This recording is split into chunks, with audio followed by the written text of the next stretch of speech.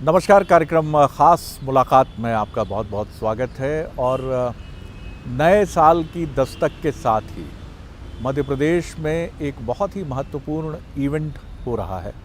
और महत्वपूर्ण इसलिए कि इस इवेंट की एडवोकेसी खुद प्राइम मिनिस्टर भी कर रहे हैं मध्य प्रदेश के मुख्यमंत्री शिवराज सिंह चौहान के साथ। कुछ अर्सा पहले जब प्रधानमंत्री नरेंद्र मोदी जी इंडोनेशिया में थे तो उन्होंने मध्य प्रदेश के सबसे स्वच्छ शहर इंदौर का वहाँ उल्लेख किया और कहा कि हम वहाँ जनवरी के सेकंड वीक में प्रवासी भारतीय सम्मेलन और उसके बाद एक वैश्विक निवेशक सम्मेलन हम करने जा रहे हैं, तो आप सब वहाँ आमंत्रित हैं। तो बहुत कम समय मिला है काम करने का, लेकिन अब काफ़ी तेज़ी से इस पर कोशिशें जारी हैं और सबकी निगाहें इंदौर में हैं, क्योंकि ख़ुद प्रधानमंत्री वहाँ रहेंगे और काफ़ी बड़ी संख्या में करीब 2,500 से 3,000 और उससे भी अधिक संख्या हो सकती है रजिस्ट्रेशन्स वहाँ हुए हैं। और दुनिया भर से निवेशक आ रहे हैं और बड़े अलग अलग चुनिंदा सेगमेंट्स उसके लिए चुने गए हैं। मध्य प्रदेश के युवा उद्योग मंत्री, एक संजीदा राजनेता राज्यवर्धन जी खुद इसको बहुत करीब से देखते और समझते हैं।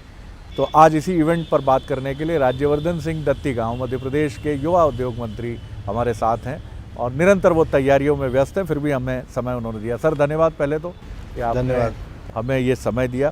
सर, किस तरह आप देखते हैं इस प्रवासी भारतीय सम्मेलन को और वैश्विक निवेशक सम्मेलन को, जिसकी शुरुआत 8 तारीख से हो जाएगी और 12 तारीख तक बहुत महत्वपूर्ण एक छोटा सा ब्रीफ आपका इस पर हम ज़रूर सुनना चाहेंगे। शरद जी, बड़ा अवसर है हमारे प्रदेश के लिए और बड़ा अवसर मैं इसलिए मानता हूँ कि निरंतर आप देखिए, शिवराज सिंह जी जब से मुख्यमंत्री बने वो समय था जब मध्य प्रदेश को बीमारू राज्य कहा जाता था। हमारे सड़कों के ठिकाने नहीं थे, हमारी बिजली की व्यवस्था ठीक नहीं थी, हमारे पास पर्याप्त मात्रा में पानी नहीं था, या पानी था तो पानी का सदुपयोग उस तरीके से नहीं हो रहा था जिसको कहते हैं ऑप्टिमम यूटिलाइजेशन ऑफ रिसोर्सेज।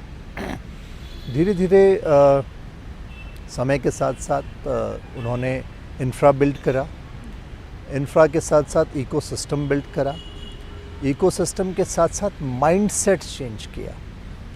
अभी हमने अलग अलग शहरों में, मुख्यमंत्री जी के साथ मैं भी गया था, जब हमने निवेशकों की बैठकें करी तो आपको आश्चर्य और प्रसन्नता होगी जान के कि हमारा सबसे बड़ा एडवोकेट कौन था।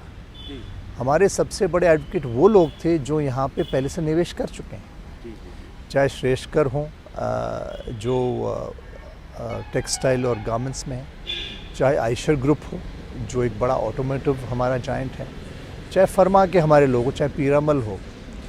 तो जब हम वहाँ गए तो वो मॉडरेट भी कर रहे थे और बाकी निवेशकों को ये कह रहे थे कि Madhya Pradesh is the right place और सही समय पे सही जगह होना हर एक निवेशक चाहता है।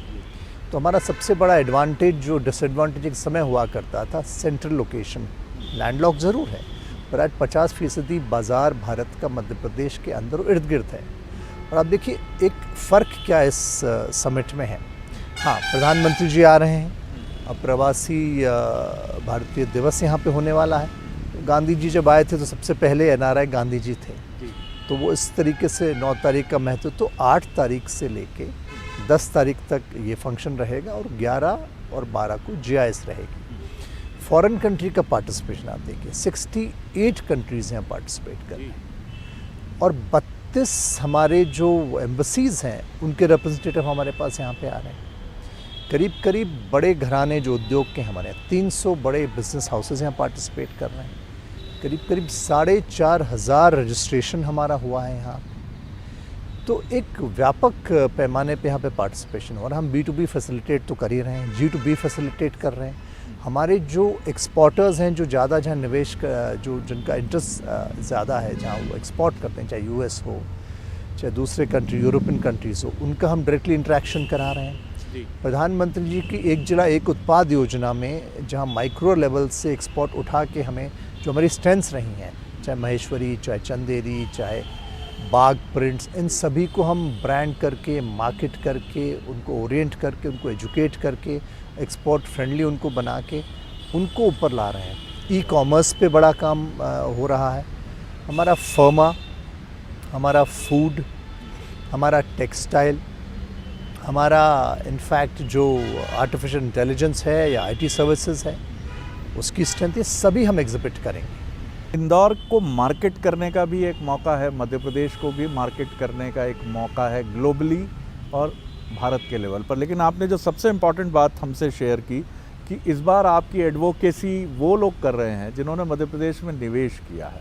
मोस्ट डेफिनेटली मैं पूरे विश्वास के साथ कह सकता हूँ, और मैं सिर्फ कहने के लिए नहीं कह रहा हूँ। ये हमारा जो इंटरेक्शन इन लोगों से हुआ है, चाहे हमारा इंटरेक्शन इन लोगों से पुणे में हुआ हो, चाहे बॉम्बे में हुआ हो, चाहे दिल्ली में हुआ हो या बेंगलोर में हुआ हो, इसीलिए हमने इस बार थीम रखी है इस पूरी GIS की, carbon neutral future ready state. और हम प्लग एंड प्ले को इंट्रोड्यूस कर रहे हैं। हम साथ ही साथ, बहुत से लोगों को ये नहीं पता था कि मध्य प्रदेश के पास कितना रेडी तकनीकी शिक्षक मानव संसाधन है, इंडस्ट्री रेडी मानव संसाधन है। हम उद्योग मित्र के रूप में भी उभर रहे हैं। अब आप देखिए, इंदौर की आपने बात करी। इंदौर न सिर्फ क्लीनेस्ट सिटी सक्सेसफुली 6ठे साल रहा है, बल्कि इंदौर एक ऐसा शहर भी है जहाँ पे IIT IIM दोनों हैं। तो भले ही पुणे हो, हैदराबाद हो, बेंगलोर हो, IT के लिए जाने जाते होंगे, लेकिन वहाँ जो लोग काम कर रहे हैं उसका बड़ा हिस्सा मध्य प्रदेश के लोग हैं। तो ओवरऑल मुझे पूरा विश्वास है कि चाहे IT सेक्टर में निवेशक आ रहे हों, चाहे फार्मा में निवेशक आ रहे हों, चाहे टेक्सटाइल में निवेशक आ रहे हों, चाहे ऑटोमोबाइल में निवेशक आ रहे हों, चाहे फूड प्रोसेसिंग में निवेशक आ रहे हों, ये सब यहाँ पे आएंगे। और सिर्फ इसलिए नहीं आ रहे कि हम उनसे, देखिए, इन्वेस्टर और बिजनेसमैन जो होता है वो जहाँ भी जाएगा, जहाँ उसको लाभ होगा, जहाँ फ़ायदा होगा, वहीं जाएगा। ऐसे उठ के कहीं नहीं चला जाएगा। लॉन्ग टर्म प्लानिंग करके जाएगा, इकोसिस्टम देख के जाएगा, उसका घाटा मुनाफा सब देख के जाएगा। तो जो सेटिस्फैक्शन लेवल हमारे इन्वेस्टर का है, जो थर्ड पार्टी एंडोर्समेंट हमको मिल रहा है, उसका बहुत बड़ा असर पड़ रहा है। और हमने तो उनसे कहा है, आप आइए, आप मध्य प्रदेश के बारे में हमने इनवाइट तो किए ही हैं, आप देखिए, समझिए, और अगर आपको उसी वक्त लगा कि हाँ आई एम रेडी, तो हमारी टीम रहेगी, उसको लैंड ब्लॉक दिखाएगी, उसको उसकी अनुकूलता में जो इंटरेस्ट होगा उससे परिचित कराएगी। और हमने वहीं कहा है, आप immediately there and then we will facilitate your implementation और एग्जीक्यूशन ऑफ योर इन्वेस्टमेंट और इंटेंशन टू इन्वेस्ट। बिजली हमारे पास अच्छी है, पानी हमारे पास अच्छा है, कुछ फ्लाइट कनेक्टिविटी और ये इश्यूज ज़रूर हो सकते हैं, लेकिन वो भी दूर किए जा सकते हैं। तो आपके जो मार्केट करने के एलिमेंट्स हैं वो क्या हैं प्रमुख? देखिए, हमारा जो प्राकृतिक संसाधन है और जो हमारी आबो हवा है, 12 क्लाइमेटिक जोन्स मध्य प्रदेश में है। We are agri rich state. Nordic countries for example, जिनमें से कुछ लोग आ रहे हैं, उनको फूड सिक्योरिटी की बहुत आवश्यकता है। अब 12 क्लाइमेटिक जोन होने का तात्पर्य है कि हमारी स्ट्रॉबेरी से लेके, गुआवा से लेके, औरंगी से लेके, प्याज से लेके, लहसुन से लेके, पल्सेस से लेके, प्रोक्योरमेंट वीट का हम नंबर 1 हैं, सोया से लेके, धान से लेके, सब कुछ यहाँ होता है। एक वाइनरी भी मध्य प्रदेश में है।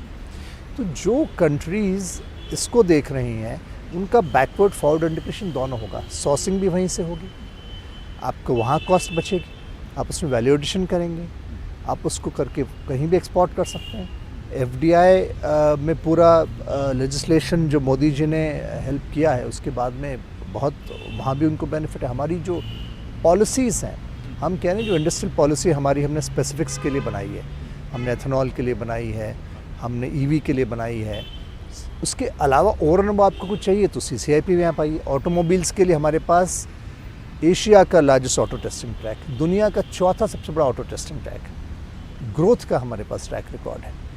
ओवरऑल मेरे ख्याल से मध्य प्रदेश बहुत ही शांत और पीसफुल स्टेट है, और कोई कारण नहीं है कि कोई व्यक्ति अगर डोमेस्टिक मार्केट को देख के इन्वेस्ट कर रहा है तो मध्य प्रदेश को क्यों अनदेखा करेगा। 24 घंटे में आप देश में कहीं भी हैं, आपके पास में चाहे ईस्ट वेस्ट कॉरिडोर हो, चाहे नॉर्थ साउथ कॉरिडोर हो, चाहे बॉम्बे दिल्ली कॉरिडोर हो, सब मध्य प्रदेश के थ्रू जा रहा है। 6 घंटे में दिल्ली बम्बई कहीं भी आप पहुंच पाएंगे। 6 ICDs हमारे पास में, 4 हम और प्लान कर रहे हैं। तो इससे बेहतर आपको क्या मार्केट मिलेगा डोमेस्टिक इन्वेस्टमेंट के लिए। आमतौर पर क्रिटिक्स ये बात भी कहते हैं, they are of the view that कि हम वहाँ पर यही प्रोजेक्शन करते रह जाते हैं कि इतने MOU हुए, और एक बड़ा ऐसा फिगर हमारे सामने आता है जो रोज़ी पिक्चर ज़्यादा दिखाता है और सच्चाई में ज़मीन पर कुछ चीज़ें नहीं होती हैं। तो ये जो वैश्विक निवेशक सम्मेलन है, इस बार क्या प्रक्रिया है? क्योंकि अगर ऐसा होगा कि फिर वही प्रोजेक्शन है तो बहुत सारी चीज़ें फिर बड़ी ग्लूमी दिखती हैं। समय सबका कीमती होता है, वो दिखावे से कुछ हासिल होता नहीं है। तो हमने उनसे बहुत क्लियरली कहा है, और इस नए अप्रोच का ही रिज़ल्ट है कि 3000 इंटेंशन टू इन्वेस्ट हमारे पास ऑलरेडी हैं। और जैसे हम अभी बात कर रहे हैं, इस वक्त भी हमारे MPIDC के ऑफिशियल्स, चाहे हमारे MD हों, चाहे हमारे PS हों या हमारे EDs हों, उस पर वर्क कर रहे हैं। और हमने उनसे कह दिया है कि आप जैसे जैसे थ्रू होता जाए आप उसको क्लियर करते जाइए। उनको कोई इसके लिए वेट नहीं करना है कि किसी से पूछना है। गवर्नमेंट से रेडी है, उसका इंटेंशन क्लियर है, उसको अनुकूल ज़मीन मिल गई है, तो बस आखिरी में ये बचता है कि जो CCIP है, जो बाकी अगर कुछ इश्यूज उसको डिस्कस करने हैं। रिसेंटली हमारी बात हुई थी देवास को लेकर कुछ सीनियर ब्यूरोक्रेट से। उनका ये भी क्लेम है कि देवास में वो संभावना है जो दिल्ली के पास गुड़गांव में है। जिस तरह से वो प्रॉस्पेक्ट्स वहाँ इमर्ज कर रहे हैं, क्योंकि इंदौर की पॉपुलेशन 50 लाख से ऊपर निकल गई है या निकलने वाली है। अब वहाँ संभावनाएं देवास पर आती हैं, और आपके पास अब जो लैंड बैंक है, जितना मैंने सुना है, वो उज्जैन, देवास, रतलाम इसी तरफ मूव करता हुआ लैंड बैंक है। तो क्या हम ये माने कि आने वाला वक्त मालवा की इसी पट्टी का है जो देवास से शुरू होकर रतलाम, नीमच, मंदसौर होते हुए आगे तक जाती है? देवास में संभावनाएं बहुत हैं, लैंड बैंक्स आइडेंटिफाइड हैं। बस कुछ जो सड़क के इर्द गिर्द की ज़मीनें हैं वो स्वाभाविक थोड़ी ज़्यादा महंगी होती हैं। तो हम वहाँ भी कोशिश कर रहे हैं कि किसानों से चर्चा करें, जो अंत में उसमें से निकल के आए वो ऐसा हो कि भागीदारी हो, उसके अंदर किसान की भागीदारी हो। कोई भी चीज़ हम ज़बरदस्ती नहीं करना चाहते किसी से भी। और इसीलिए इंदौर में जो एग्ज़ाम्पल अभी आया, हम पहला राज्य हुए देश के जिसने किसानों की भागीदारी से, उनकी सहमति से ज़मीन ली, और 20% हमने उसमें कलेक्टर के पिछले फाइनेंशियल ईयर के डबल उनको करा, और बाकी उस लैंड के डेवलपमेंट के बाद उसके अंदर ज़मीन की हिस्सेदारी उनको दी है। तो जैसे लैंड अप्रिशिएट करेगी उसमें उनको लाभ होगा। तो देवास डेफिनेटली प्रॉमिसिंग है, और देवास ही नहीं, मेरे को तो लगता है कि ऐसे और भी बहुत से क्षेत्र हैं। आप ग्वालियर एरिया को देखिए, क्योंकि अब दिल्ली का NCR का जो नॉर्म स्ट्रिक्ट हो रहे हैं, कोर्ट के ऑर्डर्स हैं, पोल्यूशन के इश्यूज़ आ रहे हैं, तो बहुत सा NCR का इंडस्ट्री शिफ्ट होगा हमारे इधर।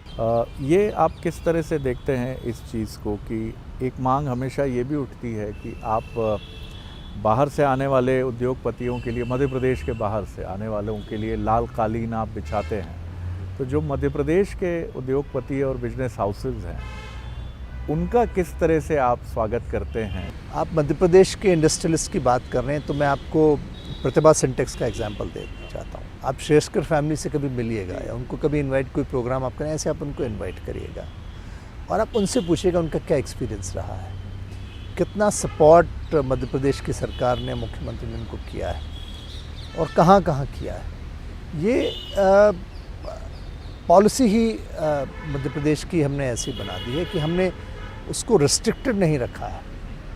हमारी पॉलिसी जो बनी हुई है वो अपनी जगह है। Over and about that policy हम आपको CCIP में मदद कर रहे हैं। कोई भी मध्य प्रदेश का चाहे बेरोज़गार नौजवान आगे बढ़ना चाहे, स्ट्रीट वेंडर से लेके उद्यम क्रांति से लेके महिला समूहों से लेके माइक्रो से लेके मैक्रो लेवल तक उसको उठाने में हम कोशिश कर रहे हैं। और ऐसा कुछ नहीं है, यहाँ तक कि SC ST के लिए भी पहली बार अलग से हमने एफ़र्ट किया है। उनका अलग हमने सम्मेलन किया कि उनमें से उद्यमी निकल के आए। महिलाओं के लिए डेडिकेटेड हमने एक पीथमपुर के पास में पूरा का पूरा जोन क्रिएट उनको किया है। ईवी के लिए हमने सेपरेटली एक जोन क्रिएट किया है। तो मध्य प्रदेश में भी कोई भी व्यक्ति अगर आगे बढ़ रहा है, ऑलरेडी कोई मध्य प्रदेश का समूह है, उसको डेफिनेटली हम इनकरेज कर रहे हैं और उसके लिए बेटर पॉलिसीज़ बन रही है। और मध्य प्रदेश के रोज़गार के संबंध में 70% मध्य प्रदेश का ही व्यक्ति वहाँ लगे इंडस्ट्री के अंदर एम्प्लॉय हो, इसका भी वहाँ पे रेगुलेशन हमारे पास में है। और हाँ, सम्मेलन का आपका बहुत अच्छा सुझाव है। हम निश्चित तौर पे जो मध्य प्रदेश के लोकल उद्यमी हैं उनको बुलाएंगे। समय समय पे ऐसे इंटरेक्शन हमारा होता है, पर उस पर और कॉन्सेंट्रेटेड एफर्ट करके उनका भी एक सम्मेलन लेंगे। बिल्कुल ठीक है सर। एक दो पॉलिटिकल सवालों के साथ मैं कंक्लूड करता हूँ। अभी लक्ष्मण सिंह जी ने एक ट्वीट किया और कांग्रेस के एक इंटरनल सर्वे का हवाला देते हुए उन्होंने कहा कि इतने पूर्व मंत्री करीब 17 के आसपास और 37 के आसपास विधायक नहीं जीत रहे हैं। उन्होंने अपनी पार्टी की लीडरशिप पे सवाल भी खड़ा किया कि भारत जोड़ो यात्रा वो एक अलग विषय है ही, आप उस पर तो टिप्पणी करना चाहेंगे ही, लेकिन बीजेपी में भी ऐसे सर्वे की बड़ी चर्चा होती है। ईश्वर जी, मैं तो यही सच मानता हूँ कि जब किसी क्षेत्र के किसी गांव में आप जाओगे, मैं नहीं कहता 100% सब जगह काम हो जाता है, 100 में 100 काम होते हैं, लेकिन अगर वहाँ की महिला ये कह दे कि साहब मुझे पानी के लिए बहुत परेशान होना पड़ रहा था, आज मेरे घर में नल आ रहा है। अगर कोई महिला कह दे कि साहब मुझे अपने पति का मुंह देखना पड़ता था अपने बच्चों की बेहतर एजुकेशन और कपड़े और उनके खाने के लिए, आज स्वयं सहायता समूह के माध्यम से मात्र 2% पर एनम मुझे मिल रहा है और मैं जो चाहे अपना खुद का कमा सकती हूँ, आज मैं सक्षम हूँ। आप कहीं जाए और कोई आदमी ये कह दे कि साहब मेरे पास रहने को घर नहीं था, आज मुझे घर मिल गया है। कोई ये कह दे कि साहब मेरे पास तो प्लॉट पे नहीं था, स्वामित्व योजना में आज मुझे पट्टा मिल गया है। तो ऐसी तमाम जो जनोपयोगी योजनाएं थी जिनका लाभ आम जन को मिलने लगता है और वो खुद कहने लगता है, तो ये सबसे बड़ा सर्वे है। तो कोई कारण नहीं है कि सरकार वापस ना बने। लक्ष्मण सिंह जी बहुत ही अनुभवी, बहुत विद्वान और बहुत ही बेबाक राजनेता है। मेरे पिता के साथ 90 में वो सदन में रहे, मेरे पिताजी के बहुत अच्छे मित्र भी रहे। मुझे उन्होंने वात्सल्य दिया, मुझे उनसे गाइडेंस मिलती रहती है। जब मैं कांग्रेस में था, मेरी सीट उनके बहुत करीब थी, मैं उनसे राय लेता रहता था। अभी भी वो अच्छे संबंध रखते हैं। अगर उन्होंने किसी बात को कहा है, उस बात को बहुत वजन देना चाहिए। उन्होंने कहा है कांग्रेस के पूर्व मंत्री और पूर्व विधायक या वर्तमान विधायक अगर हार रहे हैं तो उसका कारण हो सकता है। जब कांग्रेस की सरकार रही, जब वो मंत्री शायद सत्ता में रहे होंगे, तब उन्होंने कितना डिलीवर किया, या अभी एग्जिस्टिंग अगर एमएलएज हैं उन्होंने कितना डिलीवर किया या नहीं किया, उसके बेसिस पे जजमेंट डेफिनेटली जनता करेगी। और अगर ऐसा हो रहा है तो राहुल गांधी जी को भी चिंतन करना चाहिए। कमलनाथ जी खुद बहुत अनुभवी हैं। हाँ, लेकिन एक सवाल मुझसे भी बहुत से लोगों ने कहा, उन्होंने कहा साहब आपने बहुत साल राहुल जी के साथ काम किया, और लोगों ने ये भी कहा कि शायद जीवन में पहली बार उन्होंने सबसे सूझबूझ का कार्य किया भारत जोड़ो यात्रा निकाल कर। उससे निश्चित कांग्रेस सक्रिय हुई, कार्यकर्ता सक्रिय हुए, लेकिन उन्होंने ये भी पूछा कि जब भारत जोड़ो यात्रा निकाल रहे थे तो गुजरात चुनाव चल रहा था, तो गुजरात क्यों छोड़ दिया उन्होंने, या फिर यूपी का वो हिस्सा क्यों छोड़ दिया जो सबसे कमज़ोर या सबसे मजबूत बनाने की आवश्यकता है। पॉलिटिकल ऑब्जर्वर्स कहते हैं कि मध्य प्रदेश में अगर बीजेपी जीतती है तो वो कांग्रेस की कमज़ोरी की वजह से जीतती है, और यही बात कही गई 2018 में कि कुछ बीजेपी की ऐसी कमज़ोरियां थी जिनकी वजह से कांग्रेस को मौका मिला। तो आपको क्या लगता है कि स्ट्रेंथ से ज़्यादा क्या दोनों पार्टियां एक दूसरे की वीकनेस से फ़ायदा उठाकर सत्ता में आती हैं? किशोर जी, एक कारण ये हो सकता है कि कभी कभी टिकट बंटवारे में 19-20 हो जाता है। कभी कभी कार्यकर्ता इतना ज़्यादा आवेश में रहता है या जुनून में रहता है कि कुछ क्षति हो जाती है। लेकिन कांग्रेस के बारे में मैं यही कहना चाहूँगा कि इस स्थिति में वो पार्टी क्यों आई है, इसका आत्मचिंतन आत्मावलोकन अवश्य उनको करना चाहिए।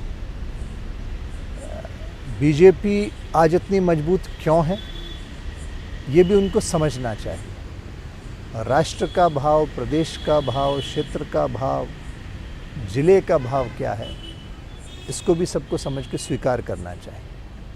इसकी अनदेखी करके हम अगर कोई कुछ भी कह दे कि नहीं ऐसा नहीं ऐसा है, तो सच से परे है।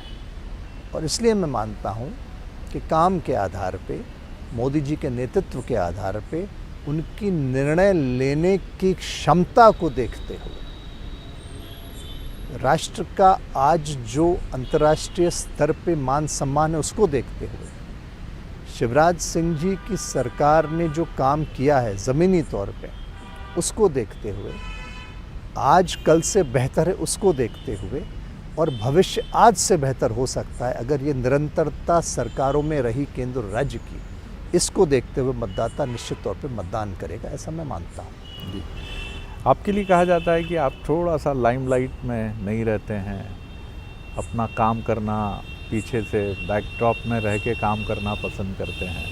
आज की राजनीति का, माफ़ कीजिएगा, एक बड़ा ही जेस्चर ये है कि वो एग्जीबिशनिस्ट है। आप जितना काम करते हैं, क्लेम किया जाता है उससे ज़्यादा दिखाना चाहिए। सोशल मीडिया और मीडिया में प्रेजेंस बहुत अधिक नहीं तो मॉडरेट से थोड़ी ज़्यादा रखनी चाहिए। तो ये आपका स्टाइल ऑफ पॉलिटिक्स है या आपका एक इंट्रोवर्ट स्वभाव है? स्वभाव तो है ही शरद जी, लेकिन शायद हो सकता है कि मैं, जैसा आपने कहा, कॉर्पोरेट वर्ल्ड से आए हैं। एक तो मैं ये समझता हूँ कि those who do not learn to take orders cannot give orders। जो आदेश का पालन करना नहीं जानता समझता, वो आदेश दे नहीं पाता। और समय का सम्मान करना अनिवार्य है, अत्यंत आवश्यक है। और खुद के समय के अलावा दूसरे के समय का सम्मान, आप सम्मान देंगे, सम्मान मिलेगा। मुझे मेरी पार्टी ने एक निहित रोल दिया है, मेरा एक दायित्व है, उस दायित्व का मैं निर्वाह करूं, चाहे मंत्री के नाते, कार्यकर्ता के नाते, या संगठन के कार्य के नाते, प्रभारी मंत्री मेरे जिले के नाते। अगर मैं वो अच्छा करूंगा तो मुझे रिकग्निशन यूँ ही मिलेगा पार्टी में। अगर मैं सोचूंगा कि मैं तिल का ताड़ बना दूं, चंदी का पहाड़ बना दूं, उसको कैसे प्रोजेक्ट कर दूं, तो मैं आपको ये बताना चाहता हूँ, जितना मैं समझा हूँ मेरी पार्टी को, वहाँ कई लेवल पे स्क्रूटनी होती है, कई लेवल पे इंस्पेक्शन होता है, कई लेवल पे लोग देखते हैं, समझते हैं, परखते हैं, और वो सब लोग अपने हिसाब से आकलन करके अपना फीडबैक देते हैं। तो अगर मैंने सही काम किया है तो मुझे लगता है मुझे दिखाने की ज़रूरत नहीं है, और अगर मैंने कम भी काम किया है तो मेरा नेतृत्व खुद बुला के मुझे बोलेगा कि भाई आप कमतर हैं, बेहतर कीजिए। मुझे वार्निंग देगा, मुझे समझाएगा, मुझे सिखाएगा, मुझे प्रबोधन देगा, और मुझे फिर अवसर देगा। लेकिन अवसर बार बार नहीं मिलता। तो मैं मानता हूँ कि जो कार्य मुझे दिया गया है उसको पूरा करने का मैं प्रयास करूँ, और मैं सोचूंगा कि मैं यहाँ से वहाँ पहुँच जाऊँ या वहाँ से वहाँ बन जाऊँ, तो ये वो पार्टी नहीं है जहाँ जो चाहे कहीं भी, कहीं से कहीं चला जाएगा या कुछ से कुछ बन जाएगा। ये तो अपने कार्य के आकलन के आधार पे, चाहे छोटा कार्यकर्ता हो, चाहे बड़ा कार्यकर्ता हो, चाहे धनाढ्य हो, चाहे आभाओं से उठा अपने कर्म के आधार पे कार्यकर्ता हो, सबको उतना मिलेगा जितना वो डिज़र्व करता है। बहुत धन्यवाद सर इस बातचीत के लिए, और बहुत शुभकामनाएं आपको आपके इस बहुत ही एम्बिशियस कार्यक्रम के लिए, जो प्रवासी भारतीय सम्मेलन और वैश्विक निवेशक सम्मेलन है। मुख्यमंत्री जी के साथ आप कंधे से कंधा मिलाकर अपनी पूरी टीम के साथ आप डटे हैं, और ये मध्य प्रदेश के लिए एक प्राइड और गौरव का विषय है। ख़ास मुलाकात में इतना ही। अगली बार एक और ख़ास शख्सियत को लेकर आपसे मिलेंगे। इजाज़त दीजिए, नमस्कार।